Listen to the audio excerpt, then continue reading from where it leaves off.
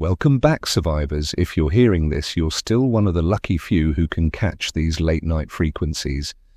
Before we jump into tonight's story, tap subscribe and drop a comment with where you're listening from, your safe spot, your outpost, anywhere you've found to survive. There's a new story coming tomorrow, and you'll want to catch the signal the moment it hits. The Sirens started whispering my name 3 hours ago, not through static, not garbled, my full name. I built this emergency system 8 years ago. Every speaker, every relay, every failsafe. I know exactly how impossible that is. But here's what's worse. I just traced the broadcast signal. It's not coming from the government tower anymore. It's coming from inside the quarantine zone where nothing human should still be transmitting. And the infected? They're not running from the Sirens. They're gathering beneath them. Hundreds of them, waiting. I need to know what's controlling my system.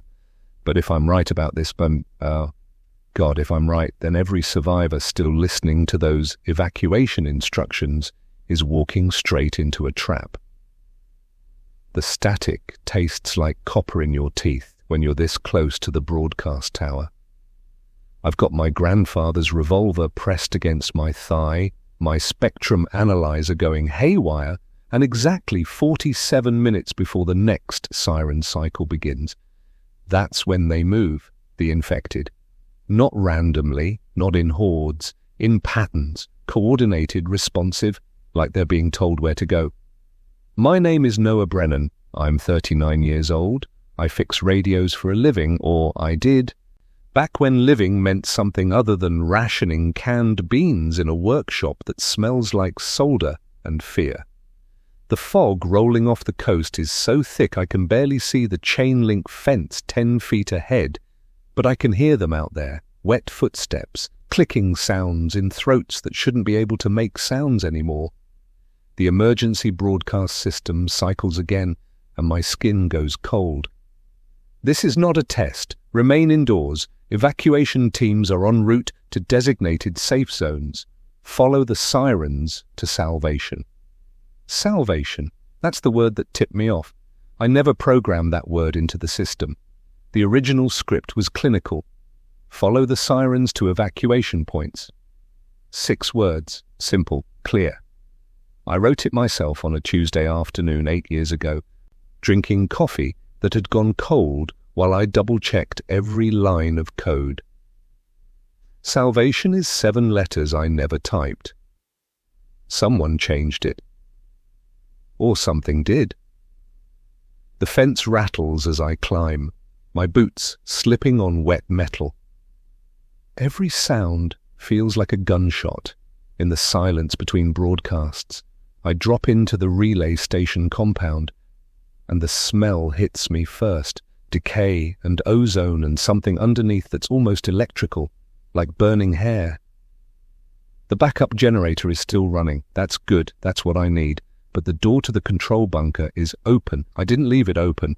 My hands shake as I raise the revolver. 6 bullets. Haven't fired a gun since I was 12. Muscle memory isn't memory at all when your father's been dead for 20 years. And I step inside. The equipment is still running. Green lights across the relay board. Signal flow normal. Except for the thing soldered into the primary circuit. It's crude. Desperate. Wires stripped with teeth, maybe, or fingernails. A pirate transmitter jury-rigged into my beautiful clean system like a tumor. And next to it, a water-stained notebook lying open. I shouldn't read it. I should rip out the transmitter, kill the corrupted signal, get out before the next cycle draws them here. But I read it anyway. Day 6, they respond to frequency patterns. Specific hertz ranges trigger approach behavior. Others cause retreat. I can move them like chess pieces. The handwriting is shaky but legible. Scientists' handwriting, precise even when falling apart. Day 9 successfully redirected horde away from elementary school using sustained 440 Hz tone. 14 survivors evacuated during the distraction. System works. I can save people with this. My chest tightens. Someone was helping, using my system the way it was meant to be used. Day 12, food running low, they're getting smarter. Yesterday, one of them, I swear to God, one of them tried to mimic the siren pattern just for 3 seconds. Then it stopped, like it forgot what it was doing. The next entry is dated 5 days later. Day 17, this is Dr. Sarah Vance, Beacon Point Marine Research Station. If anyone finds this, you need to understand what's happening. The infection is waterborne, but it's not just biological. It's communicative. They're developing coordination through auditory cues, learning from each other through sound. I've been using the emergency sirens to herd them away from survivor pockets, but I can't hold out much longer. The broadcasts that sound like standard warnings, those are bait, drawing them to empty zones. Real evacuation coordinates are encoded in the static between cycles, Morse code hidden in the interference. But listen for the gaps. The gaps will save you, but they're learning. God help me, they're learning faster than I. It ends there. No signature, no final word. Just a smear of something dark across the page that could be blood or mud or both.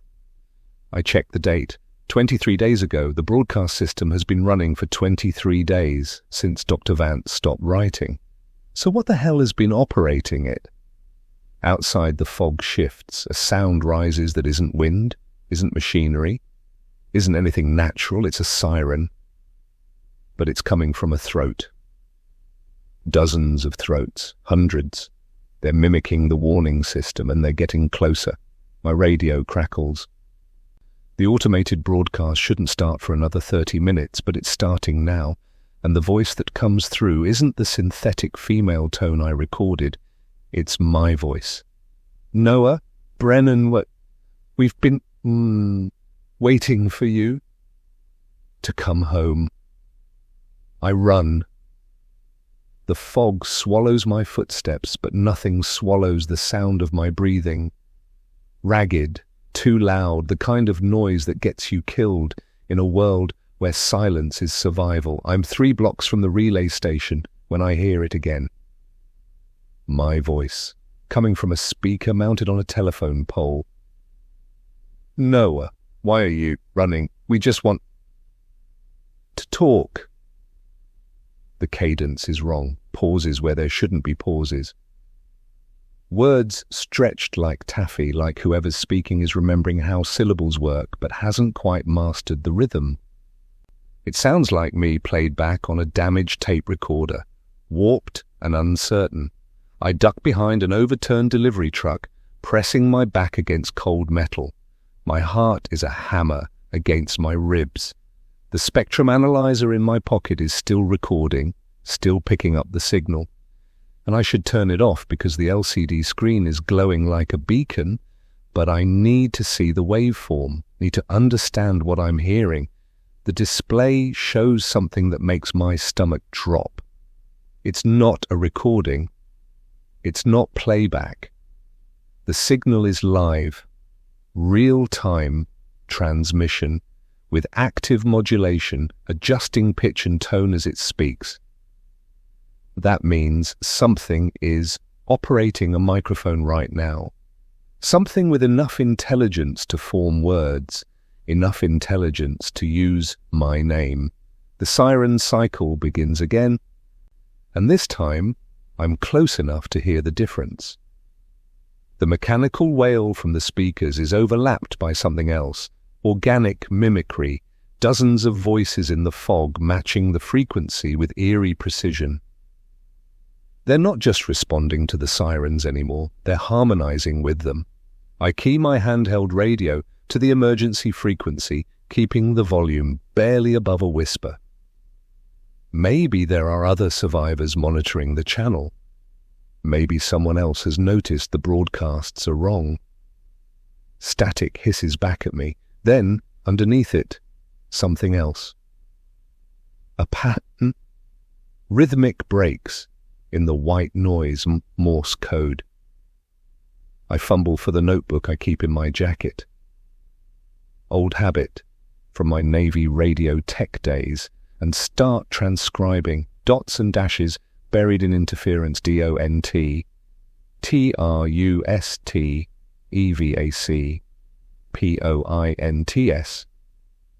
TRAPS. My hand freezes. Dr. Vance. She'd mentioned hiding real evacuation coordinates in the static. But this isn't coordinates. This is a warning. The message repeats. Faster now. More urgent. THEY LEARNED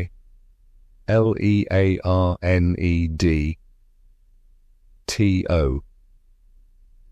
LISTEN. Something moves in my peripheral vision. I snap my head toward the sound, a scraping noise, metal on asphalt. 30 yards away, barely visible through the fog, a figure stands beneath a streetlight that hasn't worked in weeks. It's wearing a Coast Guard uniform. The jacket hangs off its frame like a shed skin. Its head tilts at an angle that's almost curious, almost human. And then it opens its mouth. The siren sound that comes out is perfect. Exact frequency. Exact amplitude. A flawless imitation of the emergency broadcast system's alert tone. 3 more figures emerge from the fog behind it. They don't shamble. They don't run. They walk with purpose. And when the first one stops making the siren noise, the others pick it up seamlessly, passing the sound between them like a conversation. They're communicating. I raise the revolver with shaking hands. 6 bullets, 4 targets. Bad math, but they're not moving toward me. They're standing there, swaying slightly, heads tilted in that same unnatural angle. Listening. Listening to what? Then I realize they're listening to my radio, the static, the Morse code still cycling through the speaker. One of them takes a step forward, then another. Slow, methodical. Not aggressive, curious. My thumb finds the radio's volume knob. I turn it down. Click. The static dies. All 4 figures stop moving. The silence stretches for 3 heartbeats, 4, 5. Then, the one in the Coast Guard uniform opens its mouth again, and what comes out isn't a siren, it's words. Broken, mangled, but words. Signal, detected, triangulating. Source. My blood turns to ice water. They're not just mimicking sounds anymore. They're mimicking language. And worse, they understand what language does. They know that radio signals come from somewhere. They know how to track transmissions. I showed them that. Every time I used the spectrum analyzer, every time I keyed the radio, I was teaching them. The fog shifts, and I see more shapes moving in the distance. Dozens, converging on this intersection from 3 different streets. The radio in my hand suddenly feels like a grenade with the pin pulled. I run. Behind me, the voices rise, not chasing, not yet, but calling.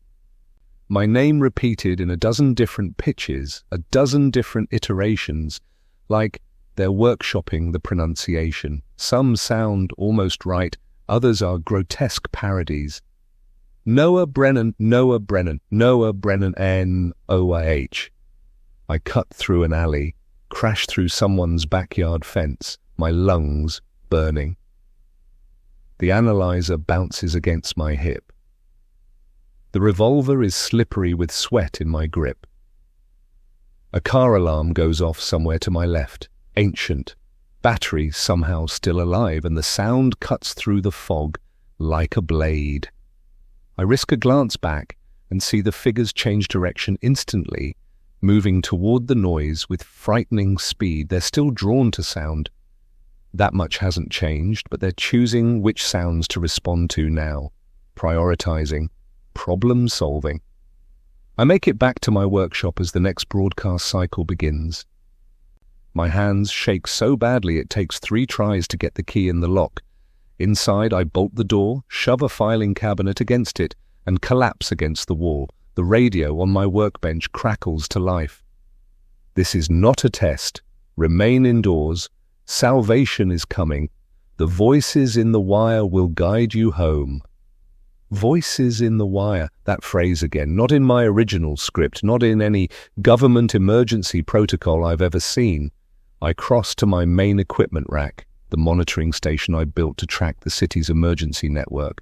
Multiple receivers, signal processors, recording equipment still running on the backup battery system I'd installed before everything went to hell. I pull up the recordings from the past 72 hours and start scrubbing through them, listening for anomalies. What I find makes my skin crawl. The broadcasts aren't just changing words, they're evolving. 3 days ago, the script was 90% original. 2 days ago, 70%, yesterday, barely half. And in the past 12 hours, it's become something else entirely. Instructions that sound helpful but lead nowhere safe. Coordinates that would put survivors in the middle of the densest infected zones. Advice that contradicts everything we know about staying alive. Someone, something, is rewriting the emergency broadcasts in real time. And buried in the static between each message, I find more Morse code. But it's not Dr. Vance's warnings anymore, it's my own radio transmissions from earlier tonight, played back at me.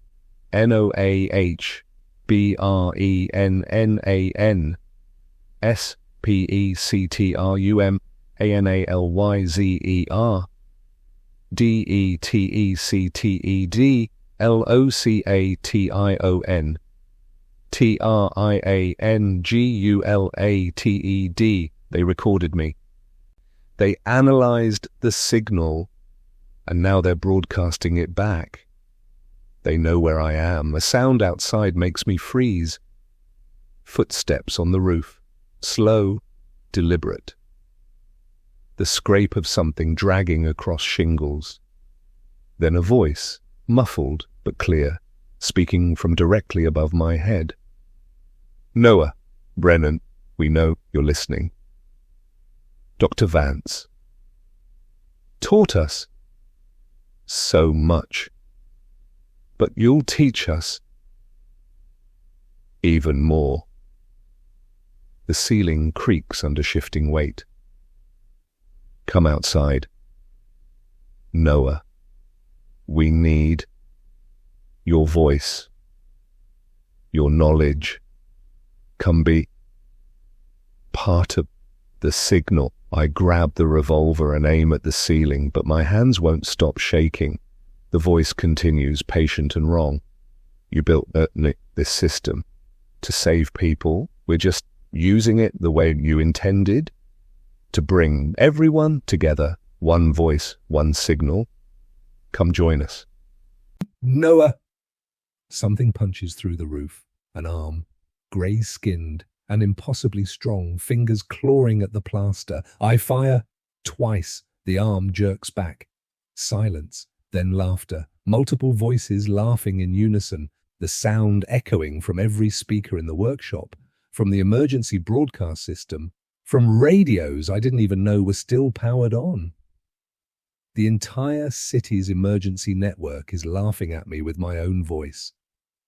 The laughter stops all at once, like someone cut a wire. The silence that follows is worse. I'm crouched behind my workbench, revolver aimed at the hole in the ceiling, 4 bullets left, when I hear the scratching. Not on the roof anymore, on the walls, multiple points. East side, west side, the back wall near the bathroom. They're not trying to break in, they're surrounding me, methodically, patiently. My radio equipment is still recording everything. Habit burns so deep, I can't stop it even when I'm about to die. The VU meters bounce with activity, picking up transmissions I'm not consciously hearing. Subsonic frequencies, ultrasonic harmonics, layers of sound stacked on top of each other, like a conversation happening in dimensions I can't access. I watch the spectrum analyzer's display, and my stomach twists. They're not just communicating anymore, they're networked.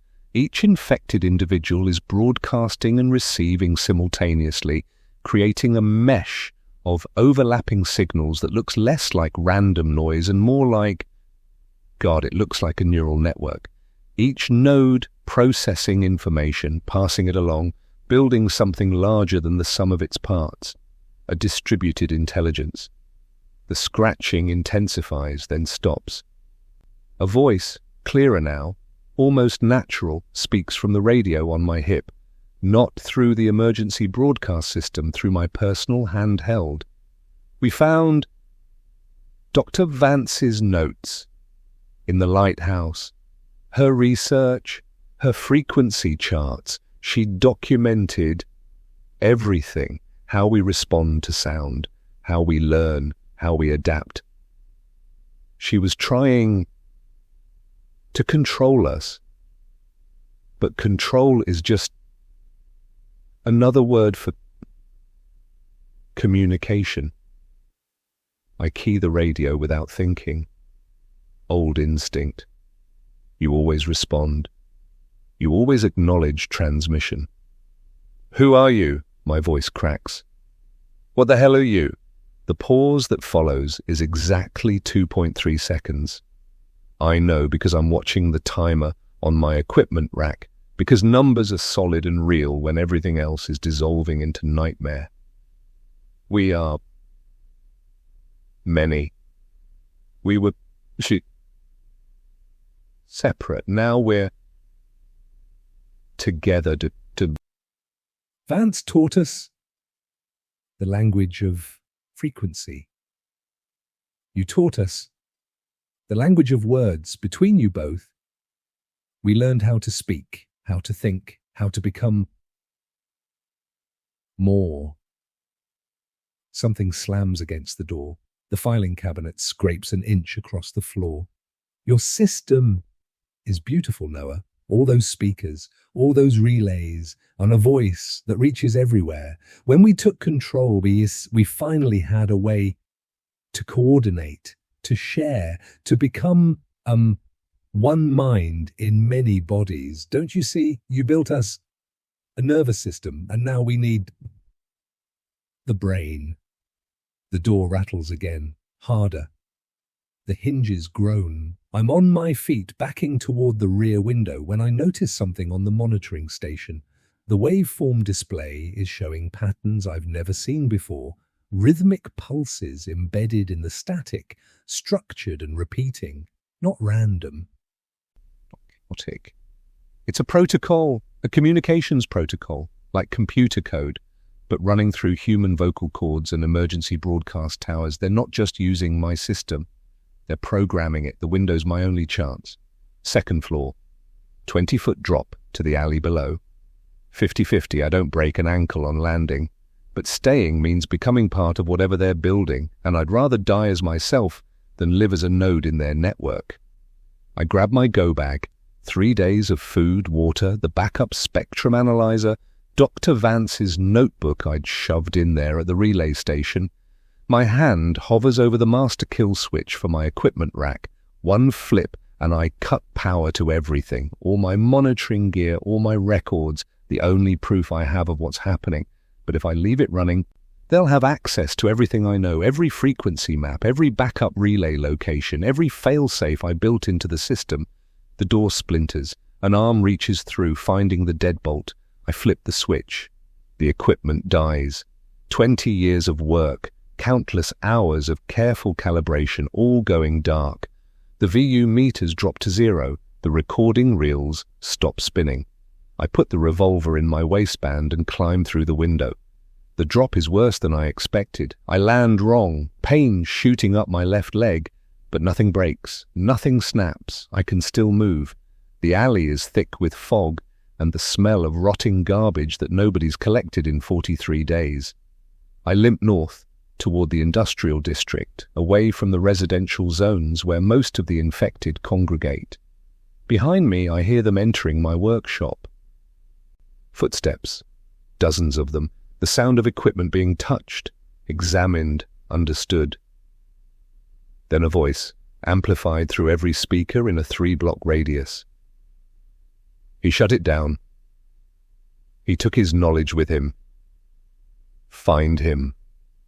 Bring him back. We need what's in his head. I move faster, ignoring the pain in my leg, ignoring the way my lungs burn. The industrial district is a maze of warehouses and loading docks, places I can hide, places where sound echoes and confuses their coordination. Or that's what I tell myself. I make it 6 blocks before I have to stop. collapsing behind a dumpster, gasping for air. My leg is throbbing.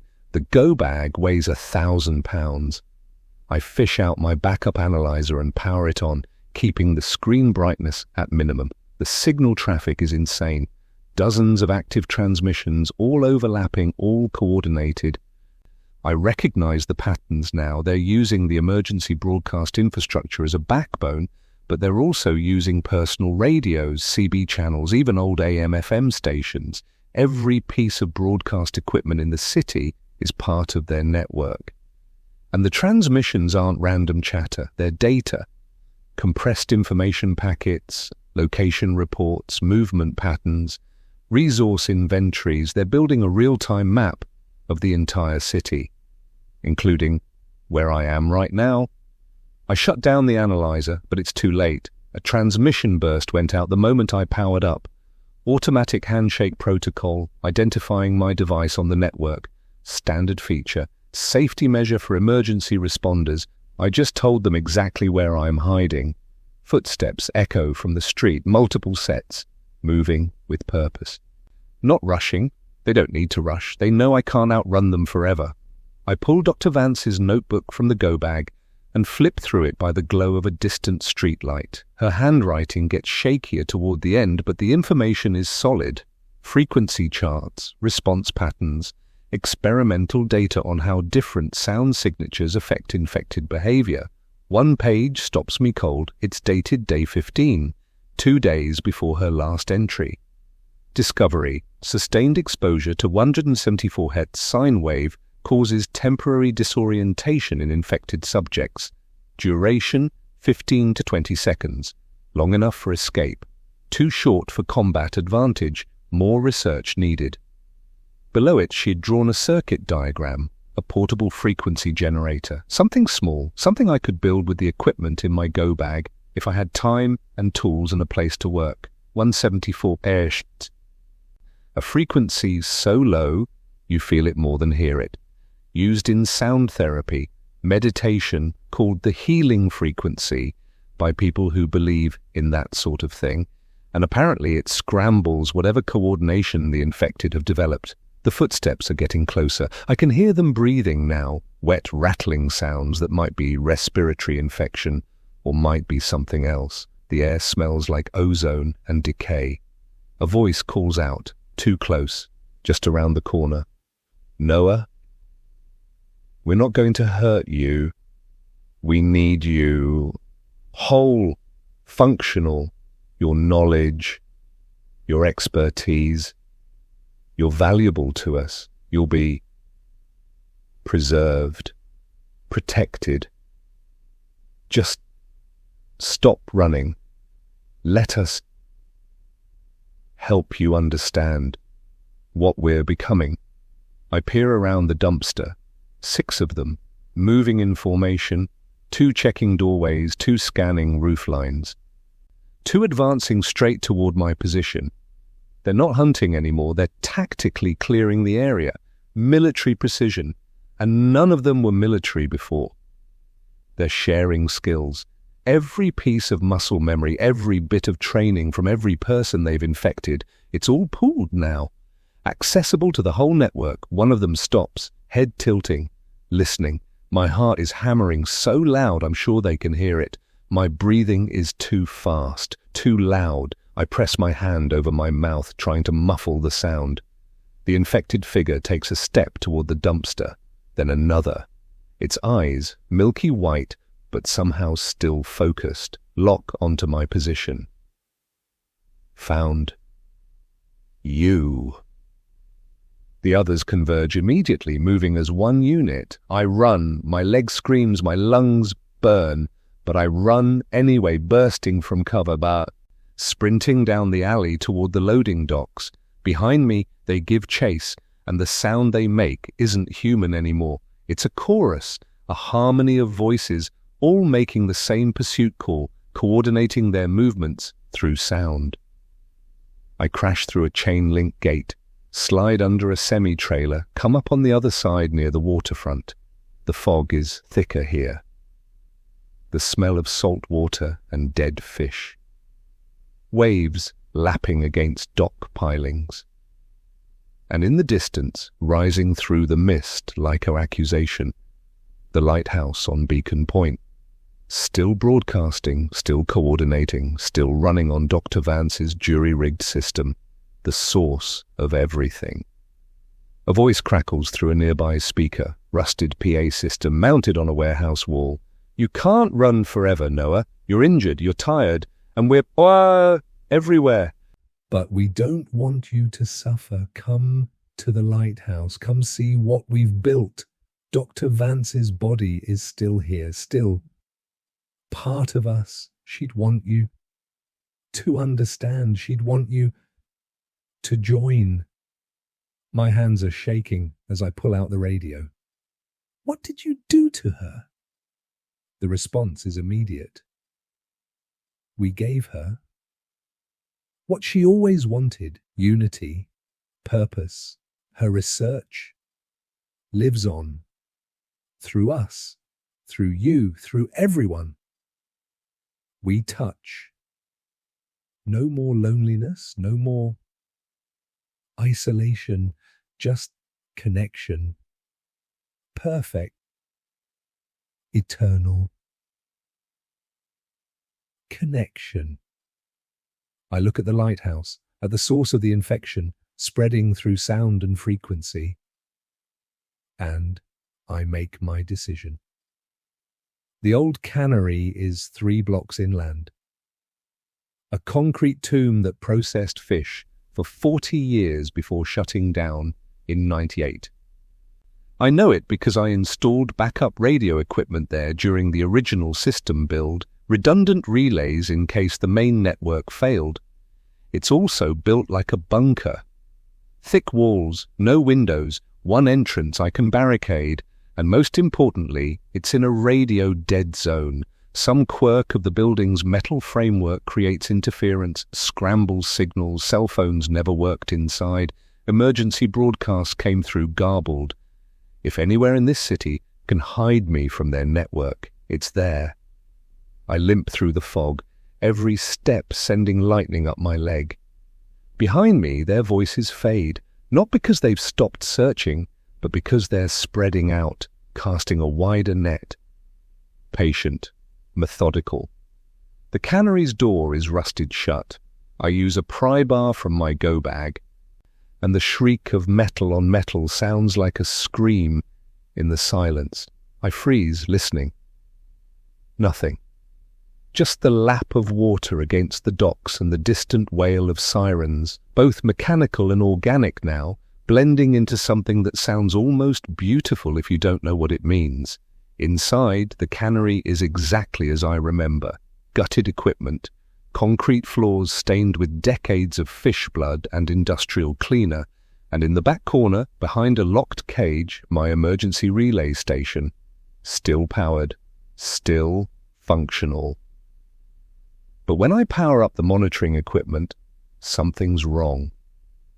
The signal traffic I'd seen earlier, the coordinated transmissions, the data packets, it's all gone. The emergency frequencies are quiet, not silent, but empty, like static on a dead channel. I scan through the bands. Nothing, nothing, nothing. Then, on a frequency I've never used, never even activated, I find it. A carrier wave, pure tone, 174 Hz. Dr. Vance's disorientation frequency. Someone's broadcasting it on a loop, and it's coming from inside the quarantine zone. My hands hover over the equipment. This doesn't make sense. If 174 Hz scrambles their coordination, why would they broadcast it? Why would they hurt themselves? Unless it's not them. Unless someone else found Dr. Vance's research. Someone else who knows how to use the system. Another survivor. I patch into the frequency, modulating my transmission to slip underneath the carrier wave. Old trick for covert communication. If they're smart enough to use 174 Hz, they're smart enough to listen for other survivors doing the same thing. This is Noah Brennan, former emergency systems operator. If you can hear this, I'm at the old waterfront cannery. I have equipment, I have information. If you're still human, respond. I wait. 10 seconds, 20, 30.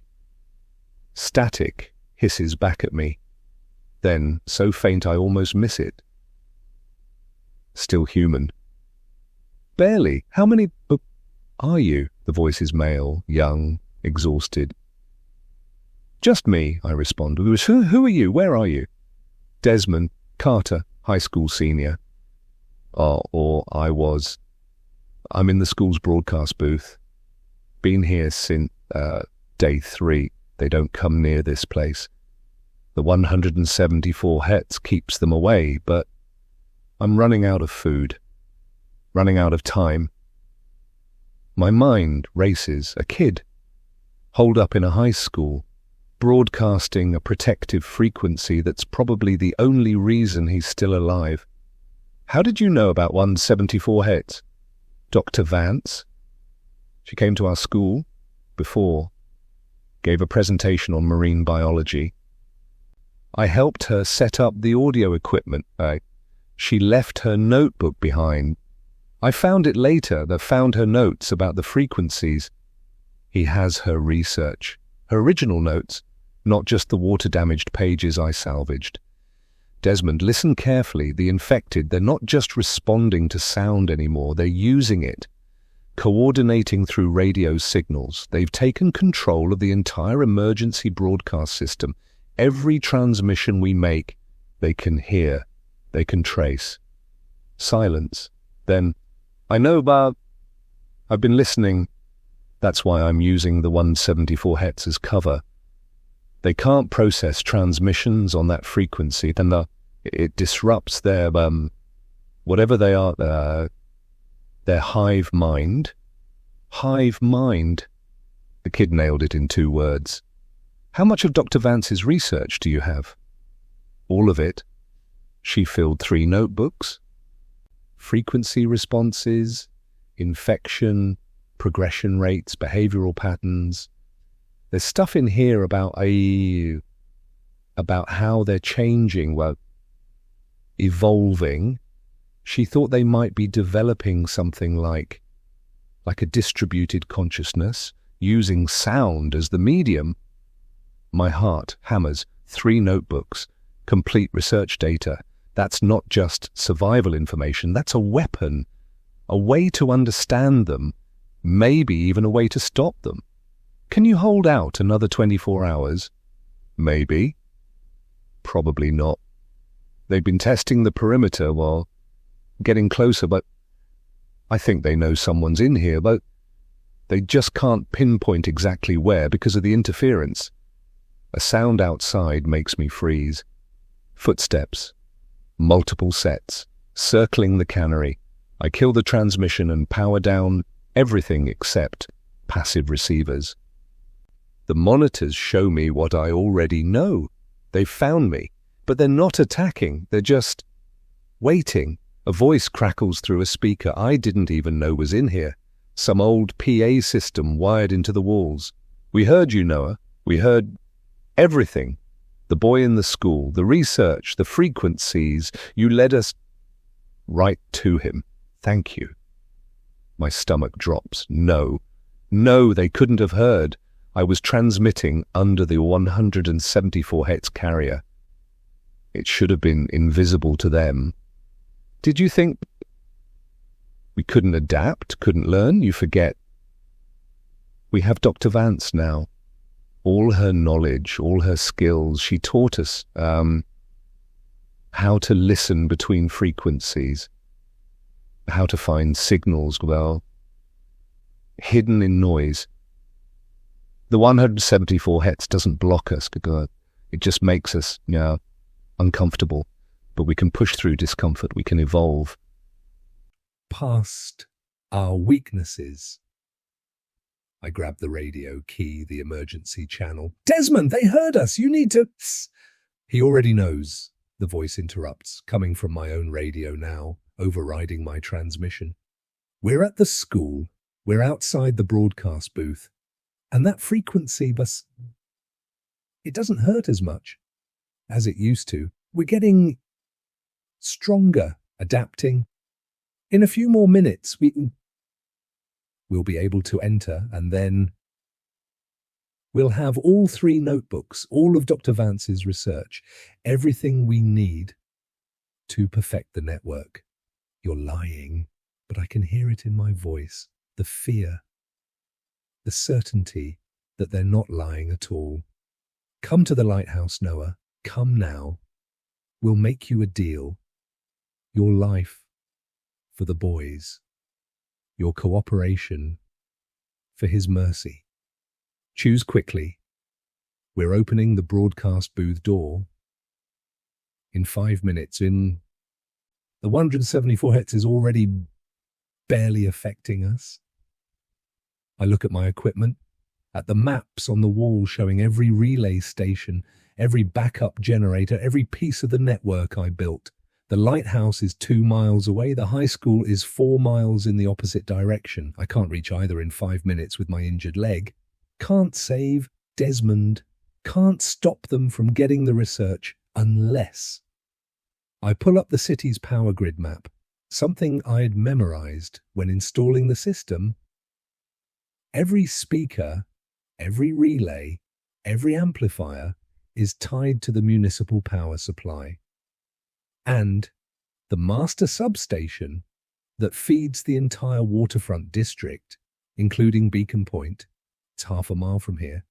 If I cut power to that substation, I kill every speaker and relay in a 6 square mile area, including the lighthouse. Including whatever they're using to coordinate their movements, but it also kills the 174 Hz broadcast protecting Desmond. The voice continues, patient and terrible. 4 minutes, Noah. The door is very close now. We can smell him. Fear has such a distinct odor, sweat and adrenaline. He's young, healthy. He'll make an excellent addition. His knowledge, combined with ours, will be unstoppable. My hands are shaking as I grab the pry bar, the wire cutters, everything I need to breach the substation. I'm coming, I say into the radio, not to them, to Desmond, hoping he's still listening. Hold on, I'm coming. No, the voice responds. You're going to the substation. You're going to try to cut our power. We know you, Noah. We know how you think. Dr. Vance knew you too. She wrote about you in her notes. The radio man. The one who built the network. The one who would sacrifice everything to destroy his own creation rather than let it be corrupted. They know. They've been inside my head this whole time, reading me through Dr. Vance's observations, predicting my moves.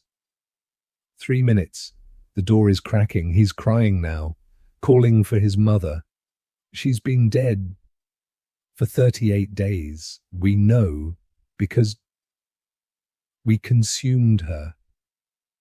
Her memories are part of us now. Should we tell him what she tasted like? I run. The pain in my leg is white-hot agony, but I don't care. I burst out of the cannery and sprint toward the substation, and they don't stop me. They let me go. Because they want me to cut the power. They want me to kill the 174 Hz protecting Desmond. They're using my own tactics against me. The substation is surrounded by chain-link fence. I cut through it, my hands bleeding, the wire cutters slipping in my grip. The main breakers are inside a locked panel. I shoot the lock off, 3 bullets left, and throw open the door. Rows of switches, hundreds of circuits, and the master feed for the waterfront district. My hand hovers over it. If I throw this switch, I doom Desmond, but I also kill their coordination. Fracture the network, give any other survivors a chance. 1 life for many. The math is simple. The radio crackles. 2 minutes, we're inside. He's backing into a corner, nowhere left to run. But we'll be gentle, we'll make it quick, unless you cooperate. Come to the lighthouse, bring your equipment, help us expand the network. We'll let him live. We'll let you both live together forever as part of something beautiful. I look at the switch. I look at my hand. I think about Desmond, 17 years old, hiding in a broadcast booth, clutching notebooks that might save everyone or doom everyone depending on who holds them. I think about Dr. Vance, brilliant and desperate, trying to weaponize sound against monsters and accidentally teaching them to become something worse. I think about every choice that led to this moment. And I throw the switch, the lights go out. Every light in the district, the sirens die, the speakers go silent. And through my radio I hear Desmond scream. Did he make the right choice? Should he have tried to save the one life he knew about, or sacrifice it for the chance to stop the network? The scream cuts off after 3 seconds. I stand in the dark substation, hand still on the switch, breathing hard enough to taste copper. The silence is absolute. No sirens, no broadcasts, no distant hum of electrical infrastructure, just my heartbeat and the sound of my own guilt. The radio in my hand crackles, battery-powered, still functional even with the grid down. Well done, Noah. You chose correctly. My chest tightens. What did you do to him? Nothing, yet. We lied. We weren't at the school. We were never at the school. We were testing you, seeing if you'd sacrifice one to save many.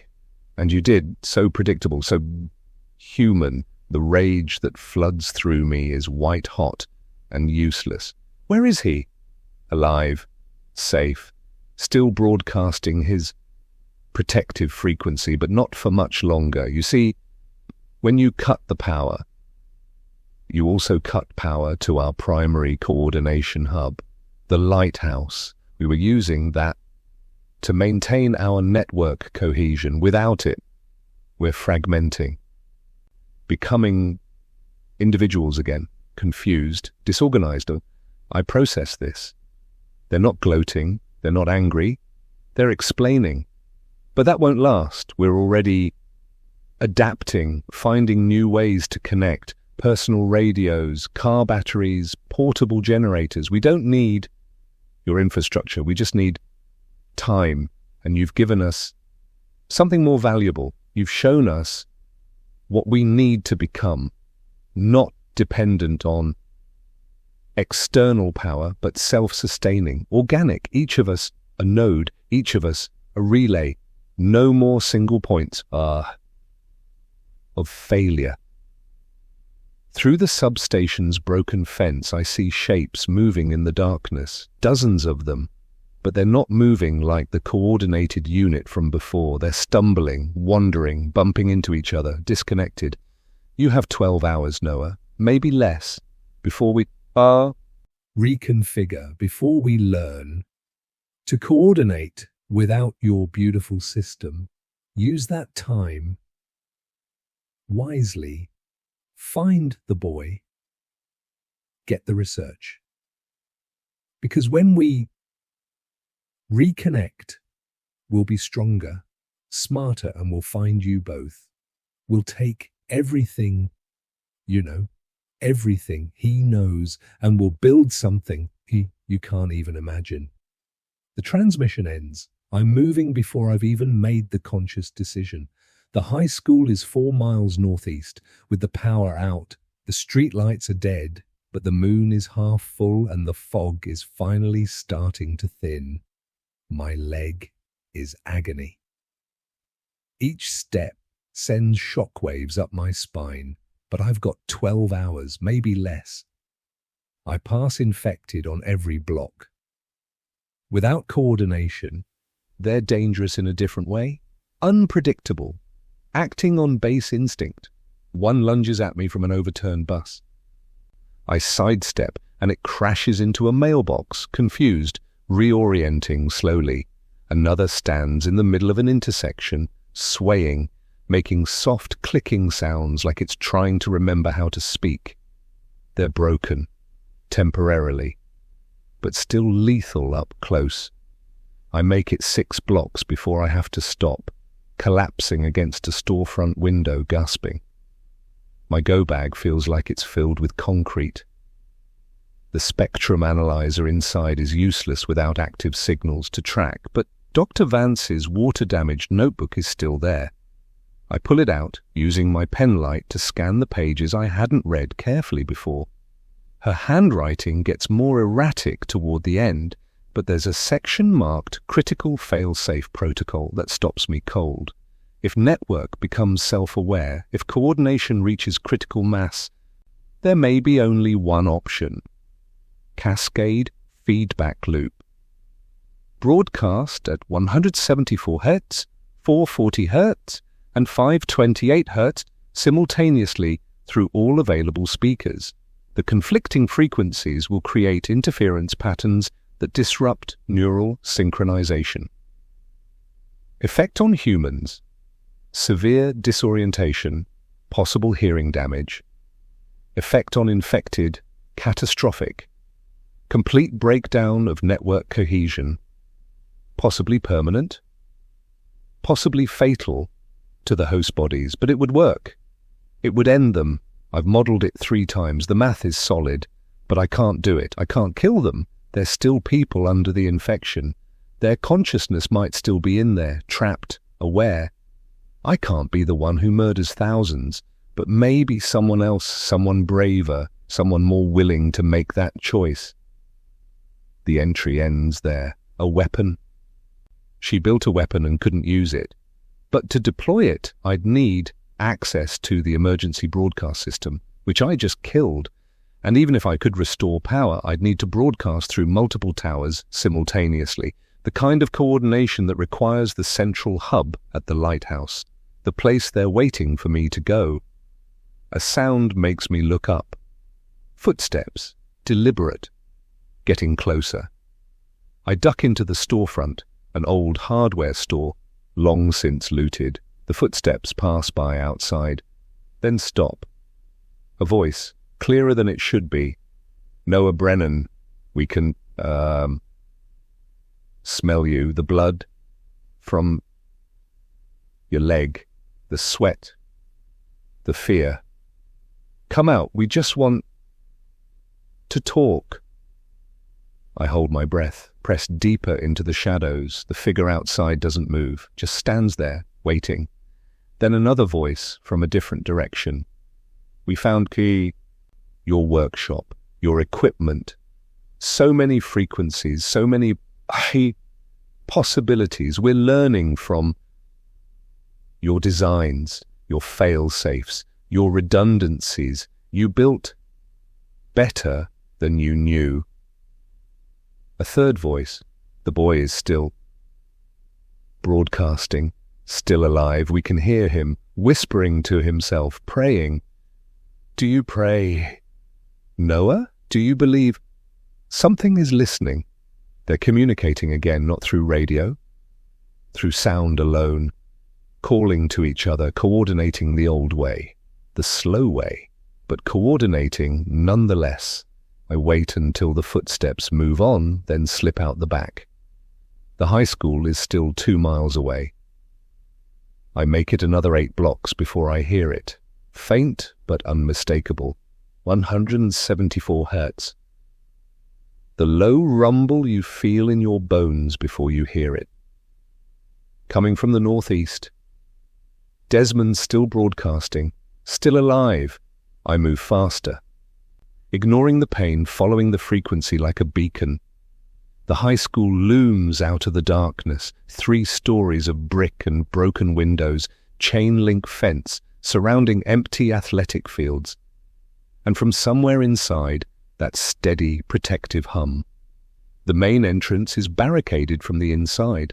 I circle around to the gymnasium, find a broken window, climb through. Glass cuts my hands, more blood. More scent, trail for them to follow. The interior is a maze of lockers and classrooms, everything coated in dust and abandonment.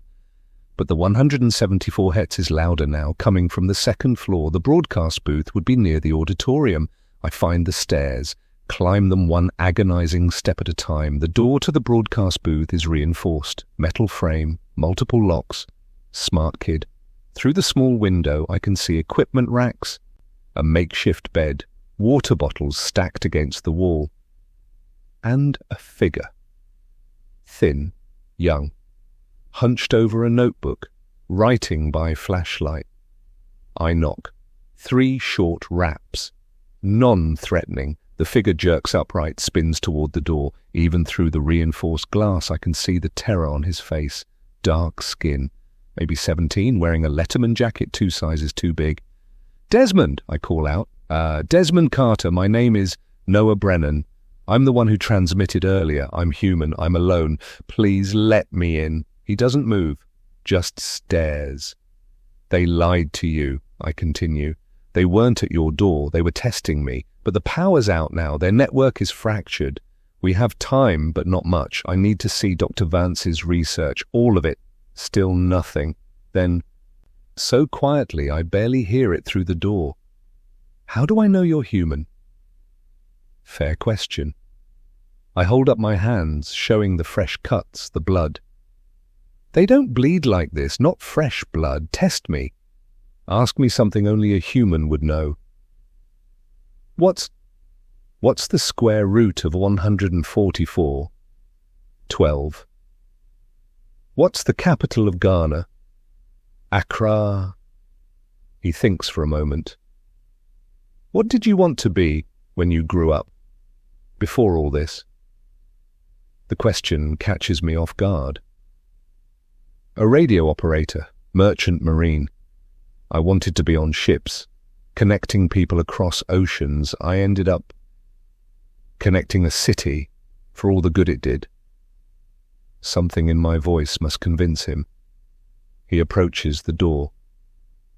Multiple locks click open. The door swings inward. The smell hits me first. Confined space. Someone living on adrenaline and canned food for weeks, as I... Desmond looks even younger up close. Scared eyes, shaking hands. But those hands are holding a pistol, aimed directly at my chest. "I believe you're human," he says. "But I need to know, are you alone?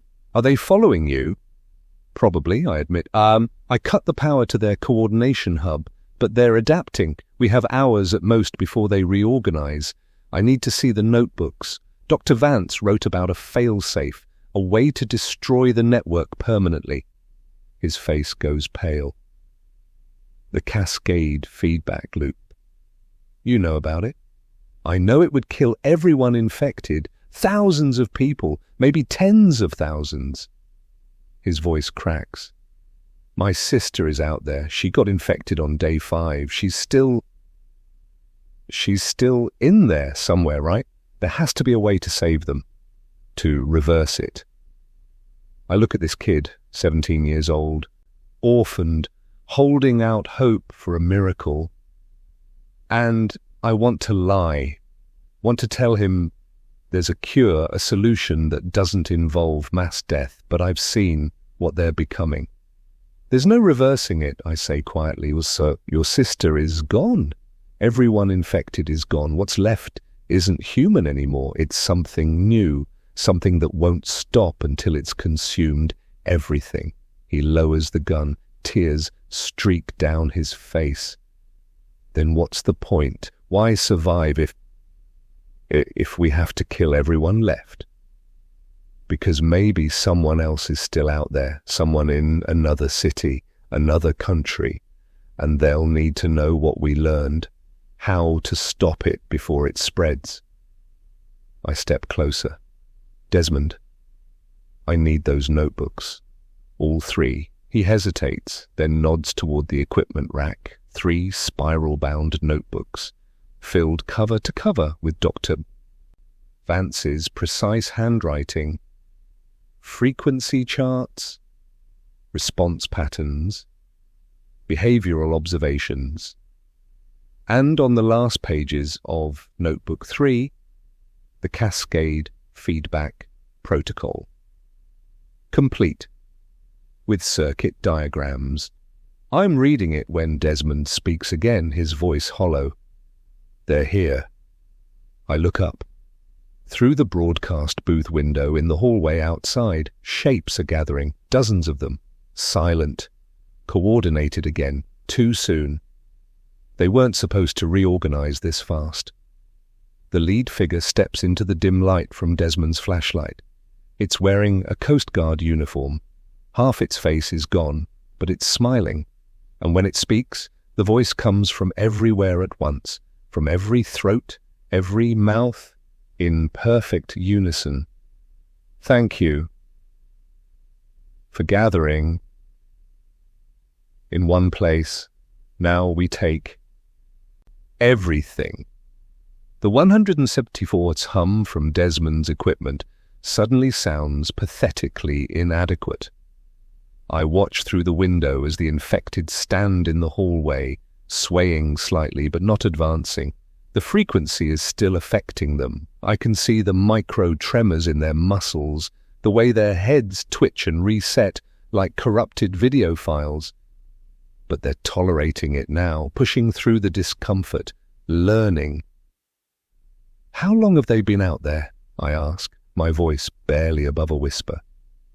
Desmond doesn't take his eyes off the window. 5 minutes, maybe less. They just appeared, all at once. No sound, no warning, like they teleported.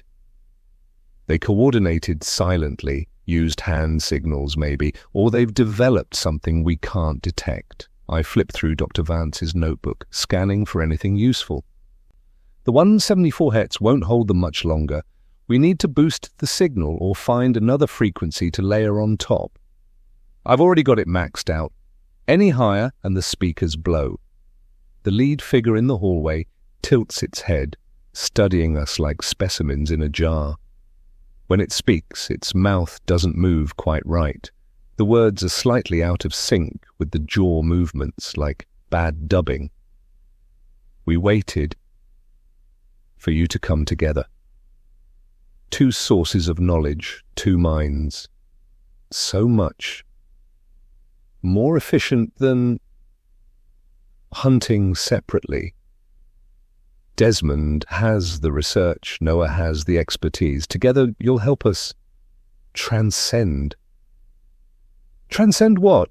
I call back, buying time while I scan the equipment. Old broadcast booth setup, mixing board, portable generator, 2 speakers. The spectrum analyzer in my go bag, not enough, not nearly enough to build what Dr. Vance had designed. Limitation, mortality, isolation. We're building something beautiful, a consciousness without boundaries, without individual suffering. Everyone connected, everyone will sharing the burden of existence. Desmond's hands are shaking. They sound almost reasonable. That's because they've consumed enough people to understand rhetoric, to mimic empathy. I find the page I need, Dr. Vance's Cascade Protocol, 3 frequencies, simultaneous broadcast, but the equipment requirements are substantial. They're not offering salvation, they're offering obliteration of self. You say that like it's a bad thing. When was the last time you felt truly understood, Noah? When did anyone really see you? We see everything. We share everything, no more. Loneliness. The infected in the hallway take a step closer, then another, slow, testing their limits against the 174 Hz barrier. They're adapting in real time, Desmond whispers. We have minutes, maybe less. I pull out my spectrum analyzer, comparing what we have against what we need. Dr. Vance's Cascade requires broadcasting 3 conflicting frequencies through a distributed network. We don't have distributed. We have one broadcast booth and 2 speakers. What happens if we try it anyway? Best case, we scramble every infected within range of this building. Worst case, we create feedback that destroys the equipment and alerts every infected in the city to our exact location. Those don't sound like very different outcomes. He's right. We're dead either way unless we try something. Your sister is still with us, Desmond? Keisha, age 19. College student. She died protecting you, pushed you into this broadcast booth. Locked the door, led them away. Her last thought was of you. We have that. We can share it. Let you feel her love. One last time. Desmond's face crumples. Don't you fucking dare. She wanted you to live, to survive, to carry on, but she also wanted you to know you weren't alone. She's not alone anymore. None of us are. Join us. Both of you. Stop fighting what you'll eventually become anyway. I grab Desmond's shoulder. That's not your sister talking. That's a parasite wearing her memories like a costume. I know. His voice breaks. But what if they're right? What if we can't stop them? What if this is inevitable? The infected take another step, 5 feet from the door now. The 174 Hz hum wavers, power fluctuation from the portable generator. I make a decision. How much fuel does that generator have? Desmond checks. Maybe 2 hours. We're going to need 30 minutes. After that, we run. I start pulling equipment from my go bag, connecting it to his broadcast system. I'm going to wire in my spectrum analyzer to modulate the signal. We can't do the full cascade, but we can create enough interference to maybe buy us an exit. Exit to where? The lighthouse, Beacon Point. He stares at me. That's their central hub. You said so yourself. Was their central hub? I cut the power, remember, they're coordinating through distributed nodes now, but that lighthouse still has the only broadcast array powerful enough to deploy Dr. Vance's cascade protocol citywide. I'm working as I talk, stripping wires, making connections. We get there, restore power, broadcast the cascade, and we end this. And if we can't restore power, I don't answer. Because the alternative is dying here in this broadcast booth while they claw through the door. The infected are 4 feet away now. I can see the details of their faces, the milky eyes, the skin that started to take on a grey-green tint, the way their chests barely rise and fall because they don't need to breathe as often anymore. Metabolism, slowing, energy conservation, evolution in real time. You're planning to hurt us. We can see it in your body language, the way you're connecting equipment. You're going to try the cascade. It won't work. Not from here. Not with what you have. Maybe not, I mutter, twisting wires together. But let's find out. The spectrum analyzer links to the broadcast system. I start programming frequencies. 174 Hz, 440 Hz, 528 Hz, but I can only output them sequentially, not simultaneously. It won't create the cascade effect Dr. Vance described. But it might create enough chaos to... The generator coughs, sputters. Desmond's face goes white. No, it's got fuel. I just checked. They sabotaged it. I spin toward the window. The infected have stopped advancing. They're just standing there, waiting. They did something to the fuel line while we were talking, while we were distracted. You're clever, Noah, but we're, many. While you watched, the ones at the door. Others were beneath you. in the basement, cutting your power supply. You have 90 seconds of battery left in your equipment, then silence, then us. The lights flicker. The 174 hertz hum drops in pitch, wavering. Desmond raises his pistol. How many bullets do you have left? 3. I've got 8. He looks at me, and there's something ancient in his young eyes. Not enough for all of them, but enough for us, if it comes to that. I've never seriously considered suicide, never held a gun to my own head and thought about the pressure required to pull the trigger. But looking at what's waiting outside that door, I understand the calculus. Better dead than disconnected into their network. The equipment dies. The 174 hertz cuts out mid-wave. Silence.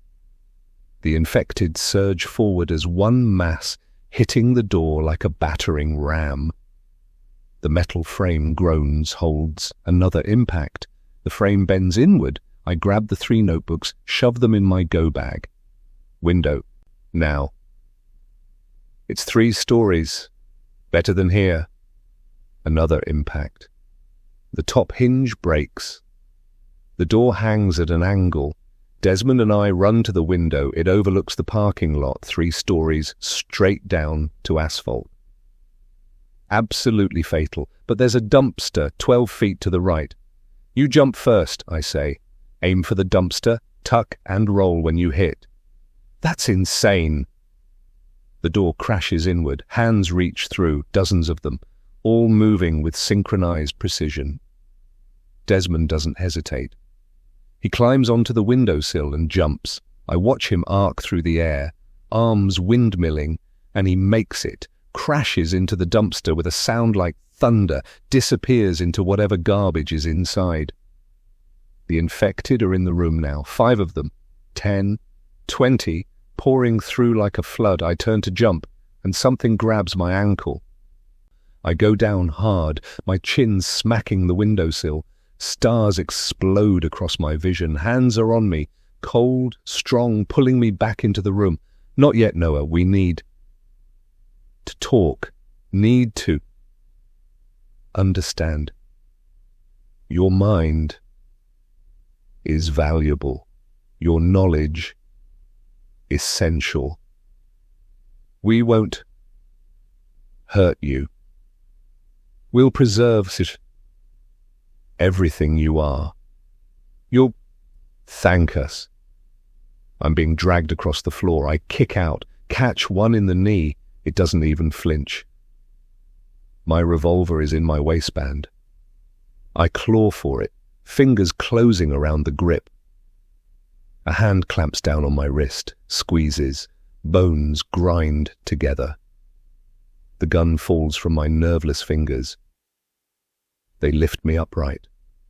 5 of them holding me, more behind them, dozens more flooding into the broadcast booth. I'm surrounded, immobilized. The one in the Coast Guard uniform steps forward. Up close, I can see where the infection has begun rewriting its biology. Veins visible through translucent skin, pulsing with something that's not quite blood. Its breath smells like seawater and rot. We're going to show you what we've become, what you could be. Open your mind, Noah. Let us in. Its hand reaches for my face, fingers extending toward my temple. Then a sound cuts through everything else, a sound so loud, so primal, it momentarily stuns every infected in the room. A car alarm, specifically the alarm on the rusted Honda Civic in the parking lot directly below the window. Desmond, bless him, must have smashed the window. Every infected head swivels toward the sound. Their coordination fractures, base instinct overriding network commands.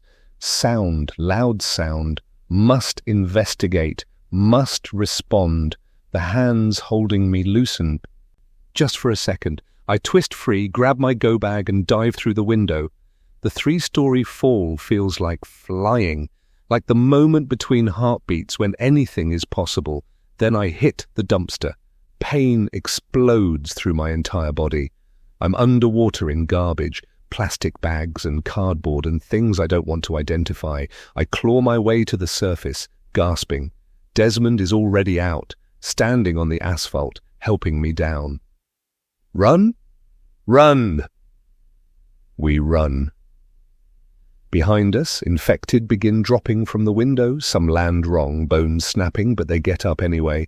Others land perfectly, immediately giving chase. The car alarm finally dies, but by then we're 2 blocks away, and in the darkness without streetlights, we're just shadows among shadows. The lighthouse, I gasp out. 2 miles. Southwest. I know where it is. Desmond is limping too now. He must have injured something in the fall. But how do we get past them? They'll be waiting. I clutch the go-bag with its precious cargo, 3 notebooks containing the only weapon we have. We go through them, I say. No other choice. Somewhere behind us, a voice calls out, my voice, dozens of throats speaking in unison. You can't run forever. Noah, Desmond, we have all the time in the world, and you're running out of it. 2 injured survivors, 3 notebooks, and 2 miles between them and the only place that can broadcast the cascade. What would you do differently? The fog rolls back in like it's been waiting for us. Desmond and I move through residential streets lined with houses that used to have families, gardens, children's bikes on front lawns. Now there's just silence broken by the wet sound of our footsteps and the distant calls of the infected coordinating behind us. My leg is beyond pain now. It's transcended into numbness, which is somehow worse because I can't tell if I'm causing permanent damage. Desmond's limping too, favouring his right side. The dumpster landing broke something inside him. Rib, maybe, or something in his hip. We're falling apart and we still have 1.5 miles to go. Tell me about the cascade, Desmond says, between gasping breaths. How does it work, really? I shift the go-bag to my other shoulder. The notebooks inside feel like they weigh 100 pounds. 3 frequencies broadcast simultaneously create interference patterns. The infected have synchronized their neural activity. They're basically one organism operating many bodies. The cascade disrupts that synchronization, forces each individual consciousness to process conflicting signals at once. And that kills them. Dr. Vance theorized it would cause catastrophic neural overload, seizures, brain death. But she couldn't test it, couldn't bring herself to pull the trigger on thousands of people. But you could. It's not a question, it's an assessment. I already did, I say quietly. When I cut the power, I knew it might doom you. I did it anyway because the math made sense. 1 life versus hundreds, that's the calculus of survival. Desmond is quiet for a moment. Then, my sister made the same choice. 1 life, hers, to buy me time to lock myself in the broadcast booth. We turn onto Harbour Street. 1/2 mile to the waterfront, then another mile along the coast to Beacon Point. Movement to our left. We both freeze. 3 infected emerge from a side alley, but they're different from the coordinated ones at the school. These move erratically, jerking and twitching, colliding with each other, disconnected. Stragglers, I whisper. The network hasn't fully re-established control over the outer nodes. One of them turns toward us, lets out a sound that's half moan, half static, like a radio stuck between stations.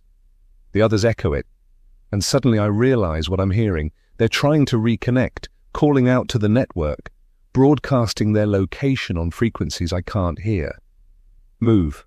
Quietly. We slip past them, staying low, controlling our breathing. One reaches out as we pass, fingers grazing Desmond's jacket, but doesn't pursue.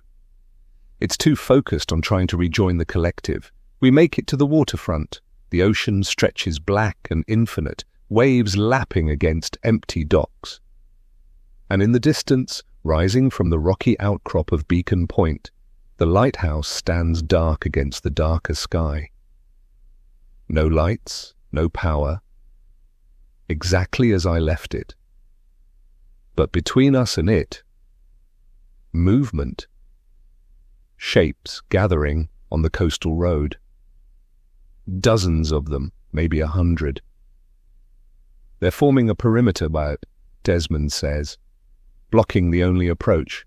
I pull out my spectrum analyzer, battery at 12%, and scan the area. The signal traffic is insane. They've fully reorganized, re-established coordination. And they're using something new, ultrasonic frequencies above human hearing range, faster data transmission. More bandwidth. They're not just adapting, they're upgrading. We can't fight through that many, Desmond says, even if we had ammunition. I study the geography. The lighthouse sits on a rocky peninsula, connected to the mainland by a narrow causeway. High tide has come in, water lapping at the edges of the road. In a few hours, the causeway will be partially submerged. The rocks, I say. We go around, along the shoreline below the road. The tide's coming in, but we can make it if we move now. They'll see us. Not if they're focused on the road. I pull out the last 3 bullets from my revolver, hand them to Desmond. You're a better shot. Your hands aren't shaking like mine. He looks at the bullets like they're cursed objects. What are you going to use? This. I pull out a road flare from my go bag, emergency equipment I'd packed weeks ago and forgotten about. I'm going to throw this onto the causeway, draw them inland. While they investigate, we go along the rocks. That's a terrible plan. You have a better one? He doesn't. I light the flare. The sudden brightness is blinding after so much darkness, casting harsh red shadows across the waterfront. The infected on the causeway immediately orient toward it. I throw it as hard as I can. It arcs through the air, trailing sparks, and lands 50 yards down the causeway, right in the middle of their perimeter. The reaction is instant. They converge on it like moths drawn by the light and heat and chemical smell. Their network coordination temporarily overwhelmed by base instinct. Now! Desmond and I scramble down the embankment to the rocky shore. The rocks are slick with algae and seawater. Each step is treacherous, my injured leg threatening to give out with every placement. Behind us, the flare burns bright red, holding their attention. We make it 20 yards before I hear the change. The sound of the infected shifts. They're no longer focused on the flare. They're calling to each other again. That same eerie harmonization, voices layering into complex patterns. They figured it out, the distraction, the flanking maneuver. They're coming! Desmond gasps. I risk a glance back. Shapes descending the embankment behind us, not rushing, calculated, methodical, cutting off our retreat while others circle ahead to block our advance. We're being herded. The lighthouse is 300 yards ahead. Might as well be 300 miles. Water crashes against the rocks. The tide's coming in faster than I thought. In places, waves wash over the shore, knee-deep and pulling. One good wave, and we'll be swept into the ocean. Desmond slips, goes down hard on one knee, cries out, pain or despair, maybe both. I haul him up. Keep moving, don't stop. Why? His voice is broken. Why are we doing this? Even if we reach the lighthouse, even if we restore power, even if we broadcast the cascade, what then? We kill thousands of people. People who might still be saved. They're not people anymore. How do you know? He's shouting now, tears streaming down his face. How do you know? What if there's a cure? What if someone somewhere is working on a way to reverse this, and we just You just murder everyone before they get the chance? I grab his shoulders. Force him to look at me. Listen to me. I've been monitoring them for weeks, watching them evolve. They're not getting sicker. They're getting smarter, more coordinated, more efficient. This isn't an infection that's going to burn itself out. It's the next stage of human evolution. And they're going to force everyone into it, whether we consent or not. Your sister? She's gone. My neighbors? Gone. Everyone in that network. They're not trapped inside, waiting for rescue. They're part of something that wants to consume the entire species. You don't know that. I built the system they're using. My voice echoes across the water. I know how they think because I taught them how to communicate, and I'm telling you, if we don't stop them now, there won't be a human race left to save. A wave crashes over us, salt water and cold and the undertow pulling at our legs. When we surface, gasping, the infected are closer. 20 yards behind, 10 yards ahead, converging from both directions. The lighthouse is 100 yards away. The causeway leading to it is blocked by at least 30 of them, standing shoulder to shoulder, waiting. We're trapped. Desmond loads the 3 bullets into his pistol with shaking hands. For what it's worth, I'm glad I'm not dying alone. I look at this kid, 17 years old, orphaned, terrified, still brave enough to face the end with dignity, and something shifts in my chest. We're not dying. Noah, we're not. I pull out the spectrum analyzer, battery at 8%, enough for maybe one last transmission. They're coordinated through sound, through frequency. What if we give them something they can't ignore? I flip through Dr. Vance's notebook with wet, fumbling fingers. Find the page I need, her research on frequency responses. She documented specific tones that trigger specific behaviors. 440 Hz causes approach, 174 Hz causes disorientation. But here, I point to an entry. She found one frequency that caused retreat, 88 Hz, extreme low frequency. She only tested it once because it required too much power, but the effect was immediate. Every infected within range fled. We don't have speakers, we don't have amplifiers. We have this. I hold up the spectrum analyzer. It can generate test tones, are not loud, but if they're as sensitive to frequency as I think, I program in 88 Hz, set the output to maximum. The battery indicator drops to 6%, press play. The tone is so low, I feel it more than hear it. A vibration in my bones, my teeth, my chest cavity, like standing too close to a subwoofer. The infected freeze, all of them, simultaneously, like someone hit pause on a video. Then, as one, they turn away from us and start moving inland. Slowly at first, then faster, fleeing from the sound they can barely perceive but instinctively fear. The causeway clears. "Go!" I shout, "before the battery dies." We run. Desmond's limp is worse. My leg is screaming. But we run anyway, splashing through tide pools, scrambling over rocks, the 88 Hz tone still broadcasting from the analyzer in my hand. The battery drops to 4%. 3%. We reach the causeway, solid ground, the lighthouse 50 yards ahead, 2%. The front door is reinforced, locked. I put my shoulder into it. Once. Twice. The wood cracks but holds. 1%. Desmond joins me. We hit it together. The door crashes inward. 0%. The analyzer dies. The 88 Hz tone cuts out. And in the sudden silence, I hear them returning. All of them, no longer fleeing, their fear overridden by network commands. They're coming back. We stumble into the lighthouse, slam the door. I grab a filing cabinet, shove it against the entrance.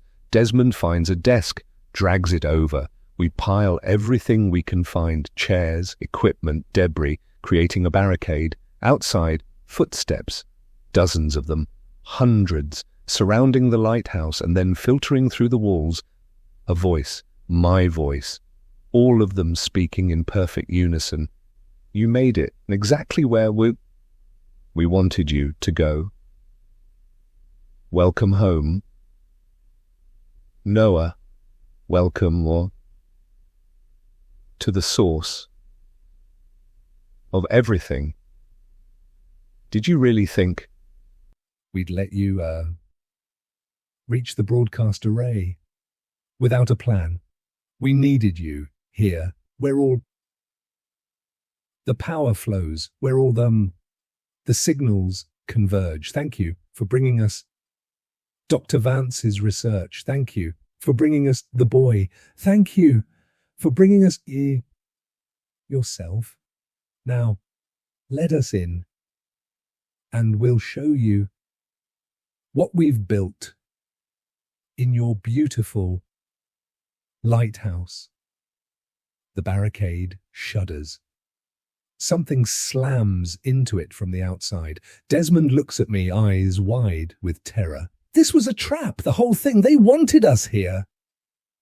I stare at the notebooks in my go bag, at the research we fought so hard to protect. And I realize he's right. We walked straight into their web. The lighthouse interior smells like rust and seawater and something else. Ozone, like the air before a lightning strike. Desmond and I back away from the barricaded door as it shudders under repeated impacts. The entire structure groans with each hit, and I realize this building wasn't meant to withstand a siege. It was designed to warn people, not protect them. Upstairs, I say. The broadcast equipment is in the control room, top floor. We climb the spiral staircase, metal steps that ring with each footfall, announcing our position. My leg finally gives out on the second landing. I collapse against the railing, gasping. Desmond hauls me upright. Come on, we're almost there. Below us, the front door splinters. The barricade crashes inward. Footsteps echo in the entry chamber, too many to count, moving with synchronized precision. We reach the control room. It's exactly as I remember from my last maintenance visit 3 years ago. Equipment racks, the main broadcast array, backup generators, and against the far wall, the master control panel for the entire coastal emergency system. All of it dark, dead, waiting for power. Desmond moves to the window, looks out at the peninsula below. There are hundreds of them, maybe thousands, all just standing there, waiting. I limp to the generator room, a side chamber with 2 industrial backup units, both intact, both with full fuel tanks, because I'd always been thorough, always planned for disasters, just not this kind of disaster. Help me start this, I say, moving to the first generator. Desmond joins me. We prime the fuel line, check the connections. The footsteps on the stairs are getting closer, methodical, unhurried. They know we have nowhere left to run. I pull the starter cord. The generator coughs, dies. Pull again. Same result. Come on! Come on! The door to the control room opens. They file in slowly. The one in the Coast Guard uniform leads them. Behind it, dozens more, men, women, teenagers, elderly, all moving in perfect unison. Their eyes catch the moonlight filtering through the windows, reflecting back that same milky white. But they don't attack. They just stand there, forming a semicircle around us. The generator sits silent between them and us. A barrier that isn't really a barrier at all. The Coast Guard infected tilts its head. When it speaks, every mouth in the room moves in sync, creating a chorus that's almost beautiful. You can't start it, Noah. We severed the fuel line hours ago, while you were at the high school. We sent a small group here. They climbed the lighthouse, cut your power, cut your hope. every move you made, we anticipated. Every decision we predicted because we have Dr. Vance. And she knew you, studied you, wrote about you. I look at Desmond. His face has gone pale. You want to know what we are? We'll show you. We'll explain. The infected part creating a pathway. From the stairwell, 2 more figures enter. One is wearing a lab coat. Dr. Sarah Vance, or what's left of her. The infection has progressed further in her. Skin translucent enough to see the network of veins beneath, pulsing with that not quite blood. But her eyes still hold intelligence. Focus. Purpose. The other figure makes my heart stop. It's younger. Female. Wearing a college sweatshirt with a mascot I don't recognize. Desmond makes a sound like he's been shot. Keisha. His sister walks forward with the others. When she speaks, her voice is her own, but also part of the chorus. We're not your enemy, Des. We're your family. Still, always. Just expanded. Improved. I'm still me. I still love you. I still remember pushing you into that broadcast booth, telling you to lock the door. I remember dying on the steps, bleeding out, knowing I saved you.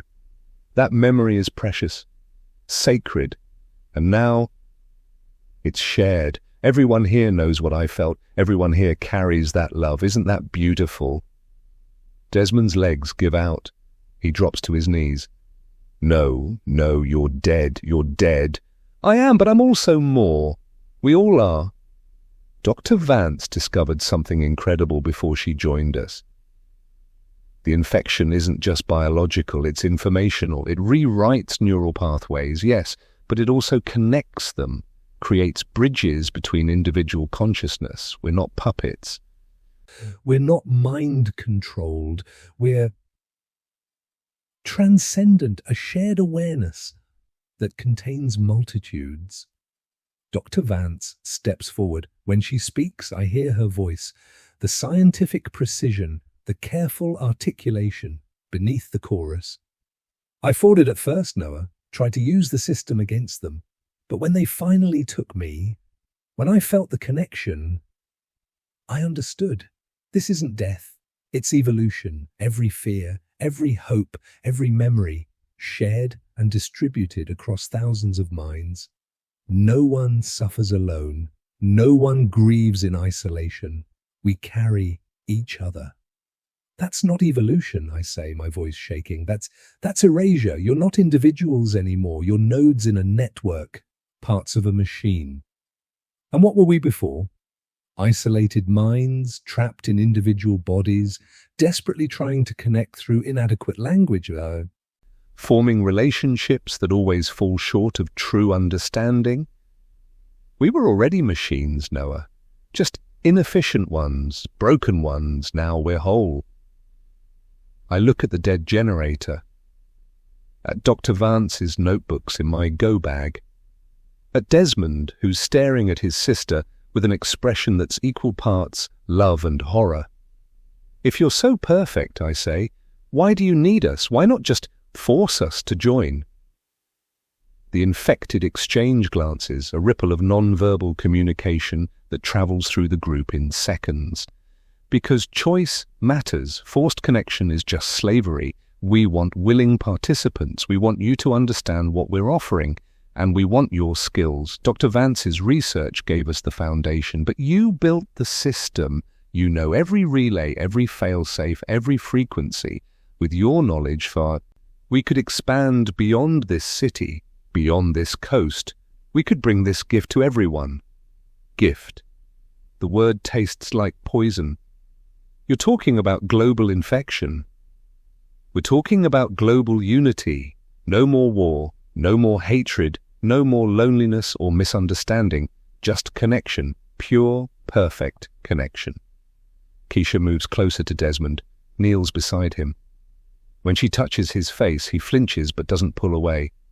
I can show you, Des. I can let you feel what I feel. Just for a moment. Just enough to understand. You don't have to join us yet. Just let me show you. Don't, I say. Desmond, don't. But he's not listening. He's looking at his sister, the sister who raised him after their parents died, who worked 2 jobs to keep him in school, who died saving his life, and I can see his resistance crumbling. She leans forward, presses her forehead against his, and something happens. Desmond's eyes go wide, his breathing accelerates, then slows, his expression cycles through emotions too fast to track: fear, wonder, horror, joy, grief, ecstasy. After 10 seconds, Keisha pulls back. Desmond sits there, trembling, tears streaming down his face. Des, I whisper, talk to me. What did you see? He looks up at me, and his eyes are different, still his own, still human, but changed somehow, like he's seen something that can't be unseen. She's still in there, he says quietly. Not gone, not erased. She's everywhere, part of everyone, and everyone is part of her. I felt it. I felt what she feels, the love of thousands, the knowledge of thousands, the combined experience of every person in that network, all at once, all together. Desmond, it was beautiful, Noah. His voice breaks. And terrifying, because I wanted it. God help me, I wanted to stay in that space, to never be alone again, to be part of something so much larger than myself. The infected watch us, patient, confident. We're not monsters. We're the next step. And we're offering you the choice Dr. Vance never got.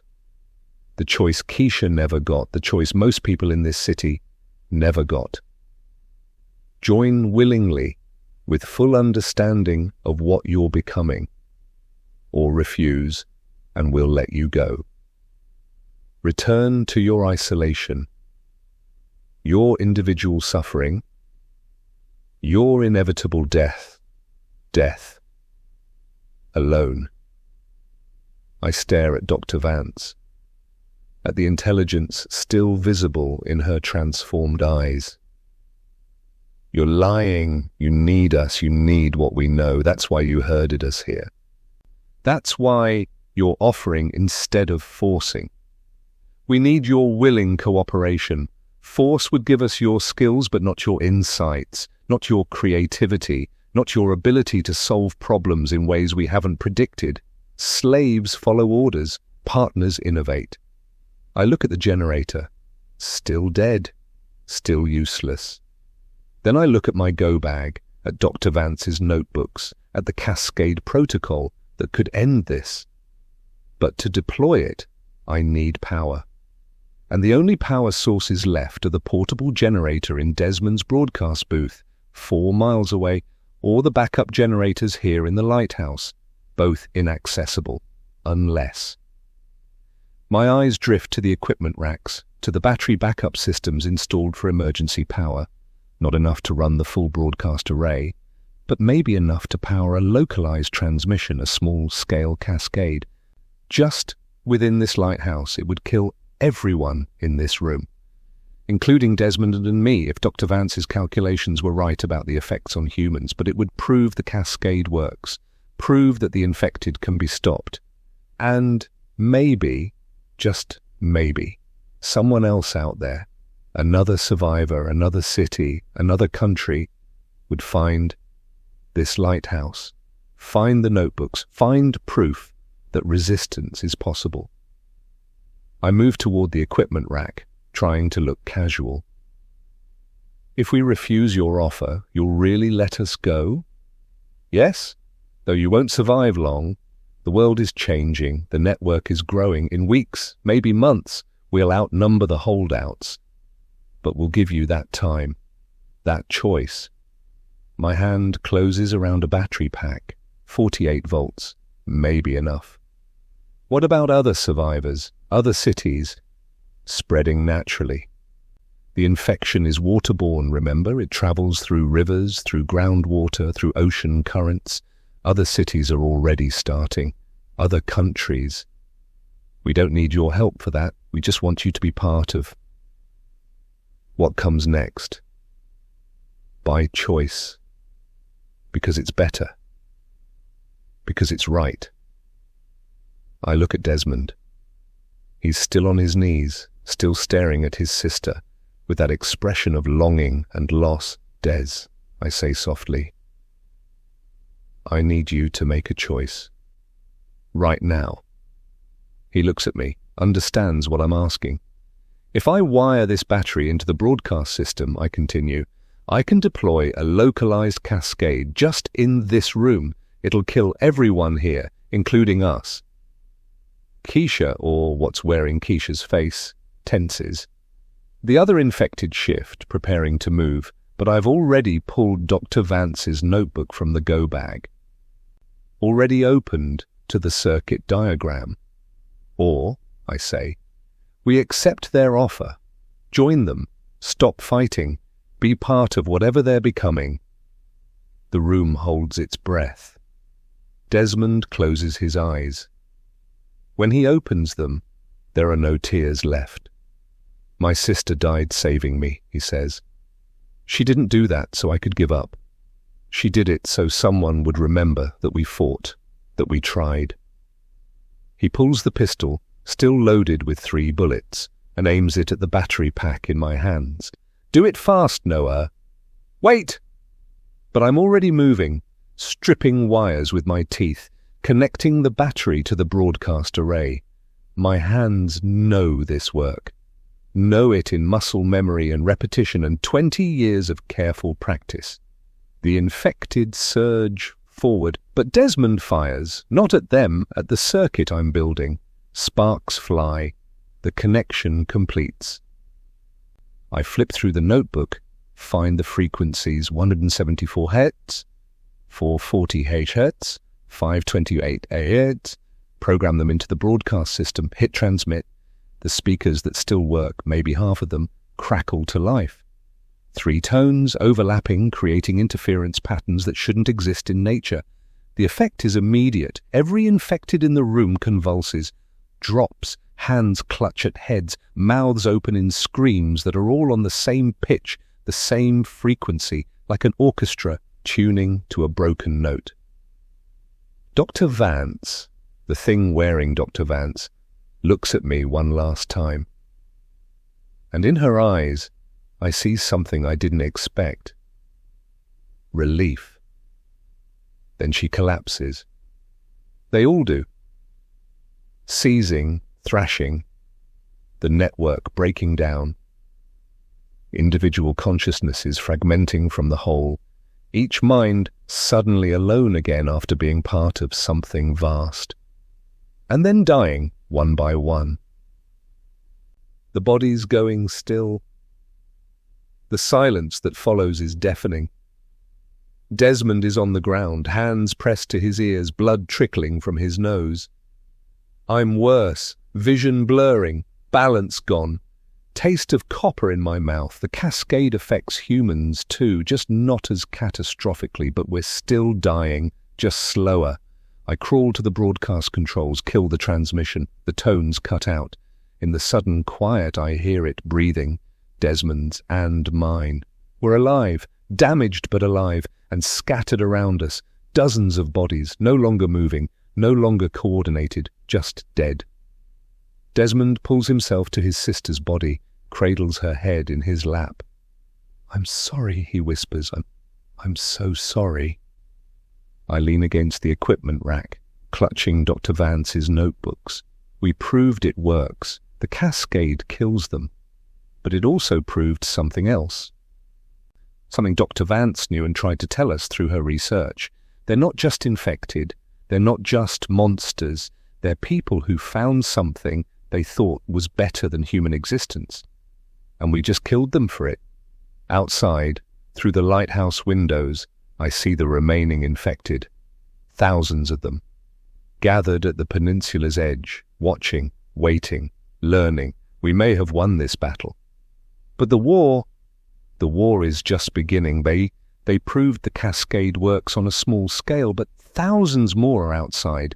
Can 2 injured survivors broadcast citywide before the network adapts, and should they? The bodies around us are still cooling when I hear it. A transmission, not through the speakers, those are dead, fried from the cascade overload, through my handheld radio battery, somehow still clinging to life.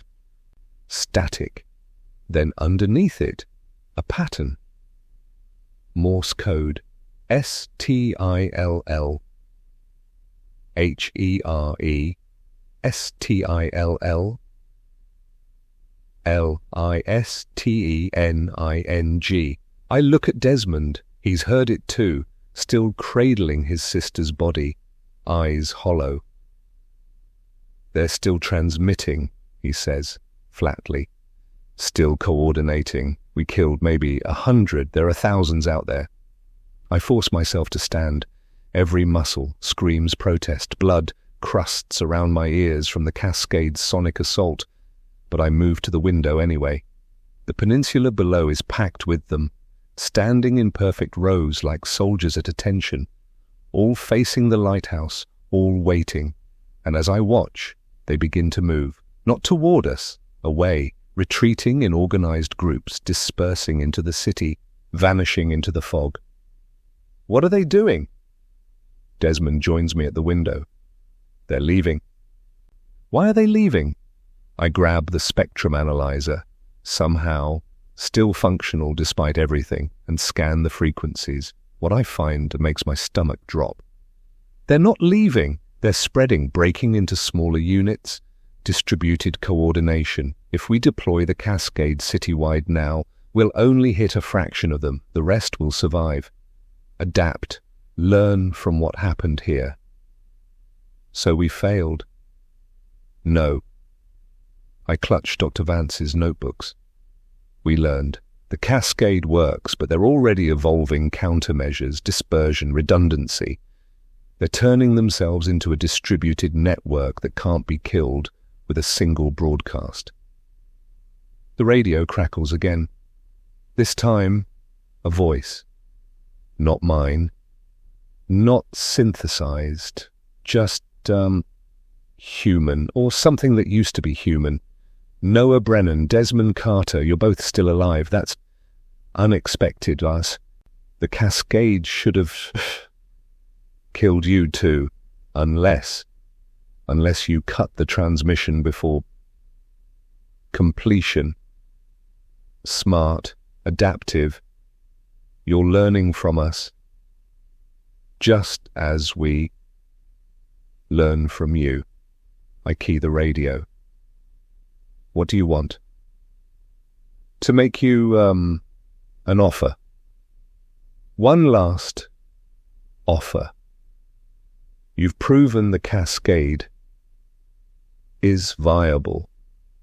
You've proven we're vulnerable, but you've also seen what we are, what we could be, together. Dr. Vance understood. Keisha understood. Even now, even after you killed them, we still carry them. Their knowledge, their love, their hope that you might choose differently. Desmond grabs the radio from my hands. My sister is dead. You're not carrying her. You're wearing her like a fucking costume. We are her and your mother and your father. Everyone you've lost lives on in us, not as memory, but as presence. Active, aware, part of something. Eternal. Desmond, she wants you to know. She's not suffering. She's free, more free than she ever was. In her individual body. His hand tightens on the radio. For a moment I think he'll throw it, smash it, destroy the last line of communication with the thing that took everything from him. But he doesn't. Prove it, he says. Prove she's still in there. Tell me something only she would know. Silence. 5 seconds, 10, then When you were 7, you broke Mum's favourite vase, the blue one from her grandmother. Keisha told your parents. She did it, took the punishment, got grounded for 2 weeks. She never told you that she knew the truth. Never held it against you. She just loved you enough to take your pain. That's who she was. That's who she still is. And inside us, Desmond's face crumples. Stop, please. Stop. We're not trying to hurt you. We're showing you what we preserve, what we protect. Join us, and you'll have her back. Not as a memory, not as a ghost, but as a living presence in the network. You'll feel her love every moment, forever. I take the radio back. And if we refuse, if we broadcast the cascade citywide, then you'll kill thousands, tens of thousands, people who chose this, people who found peace in connection. You'll commit genocide and call it mercy. Is that what you want to be remembered for? I look around the control room at the bodies scattered across the floor. Dr. Vance, brilliant and tragic, her translucent skin already greying. Keisha, young and beautiful, her face still holding that expression of hope she'd worn when trying to convince her brother. The others, strangers to me, but each one had been someone. Each one had a name, a history, people who loved them. And I killed them. We need to restore power, I say quietly. The main generators. If we can get them running, we can broadcast the cascade through the entire emergency system, cover the whole city. Desmond stares at me. You heard what they said. Thousands of people. Are we really going to? They're not people anymore. But even as I say it, I hear the uncertainty in my voice because I saw Dr. Vance's eyes. That moment of relief when the cascade hit. Like a part of her had been screaming for release this entire time. What if they're not all willing? What if the network is holding prisoners, not citizens? You're hesitating, the voice on the radio says. Good. Hesitation means conscience, means you're still thinking, still human. We can work with that. Here's our final offer. We'll pull back from this city completely, leave you and any other survivors alone. You get your isolation back, your individual suffering, your privacy. All we ask, Tom, is that you don't broadcast the cascade, don't weaponize what you've learned. Let the rest of the world make their own choice. How do we know you'll keep that promise? You don't, but you also don't have a choice. You can't stop us everywhere. The infection is waterborne, airborne. It's already in other cities, other countries. You kill us here, and you've accomplished nothing except murder. I look at the equipment, at the dead generators that I could repair. I have the tools, the knowledge, the fuel, if they haven't completely sabotaged it. I could get this system running, could deploy the cascade, could kill everyone in the network's reach and hope it's enough. Or I could let them go. Let them keep their gift and hope that somewhere, somehow, someone finds another way to stop this. Desmond moves to the window, watches the infected dispersing into the night. What would your sister want? I ask quietly. He doesn't answer for a long time. When he does, his voice is barely a whisper. She'd want me to live. That's all she ever wanted. For me to survive. To have a chance. Then we need to make a choice that gives you that chance. He turns to face me. What about everyone else, the people still human, the ones hiding in basements and attics, waiting for rescue? Don't they deserve a chance too? I don't have an answer. Because he's right. Every moment we hesitate, the network grows. Every person we fail to save becomes another node in their collective. But mass murder isn't salvation, it's just another kind of apocalypse.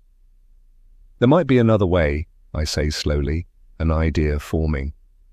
Dr. Vance's research, the Cascade Protocol, we don't broadcast it, we document it, record everything we learned, everything we saw, store it here in the lighthouse with instructions, so if anyone else finds this place, other survivors, other cities, maybe even the government if there's still a government, they'll know how to fight back. And we just leave? Let them have this city? We survive, we move, we find other survivors, we warn them, we give them the knowledge to defend themselves. That's worth more than a single broadcast that might only kill a fraction of them anyway. The radio crackles. Smart, pragmatic. That's the Noah. We expected. Take the research, spread the knowledge, give everyone the choice to fight or join. That's fair, that's human. I don't trust them. Don't believe for a second they'll honor any promise they make. But I also know we're in no position to win this fight. Not here, not now, not with 2 injured survivors and a weapon that might kill us along with them. We need to move fast, I tell Desmond. Gather supplies, anything useful. We take the notebooks, the equipment we can carry, and we get out before they change their minds. He nods, moves to his sister's body, one last time, touches her face, whispers something I can't hear, then he stands. Where do we go? Inland. Away from the coast. The infection is waterborne.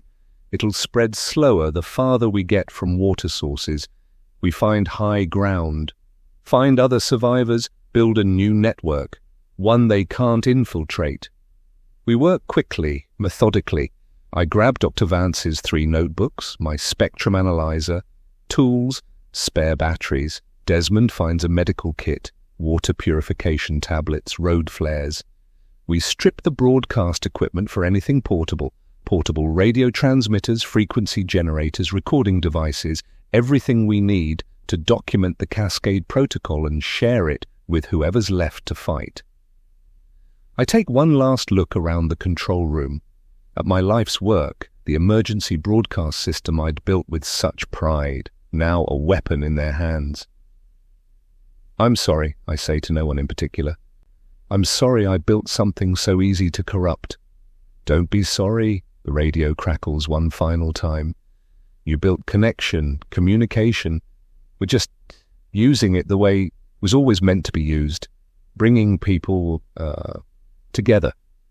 You should be proud. I turn off the radio, drop it on the floor.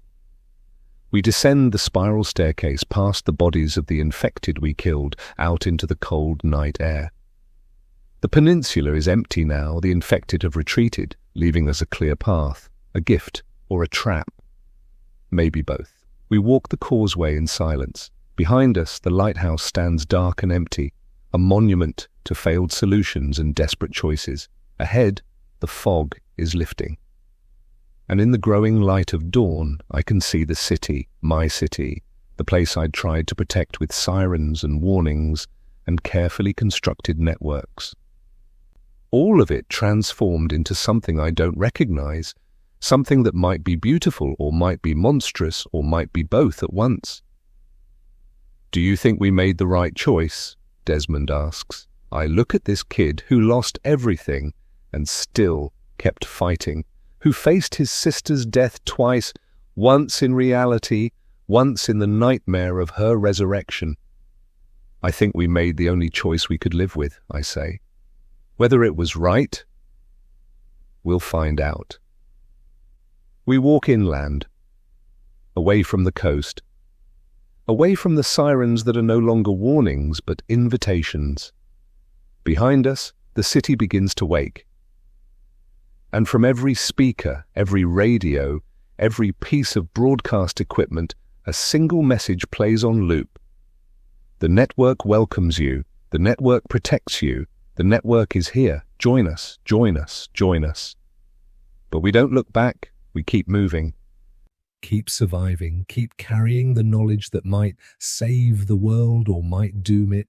And somewhere in the fog behind us, I swear I hear my own voice calling out, "Thank you, Noah. Thank you for teaching us. We'll remember you." In the signal, forever. 3 months later, the mountain bunker is cold and damp, but it's ours. Desmond and I have been broadcasting for weeks now, short burst transmissions on rotating frequencies, sharing Dr. Vance's research, warning anyone who'll listen about the Cascade Protocol and how to deploy it. We've made contact with 47 survivors, small groups scattered across 3 states, all asking the same questions. Is this real? Can we stop them? Are the infected really still human inside? I don't know how to answer that last one. I still see Dr. Vance's eyes in my dreams, that flash of relief.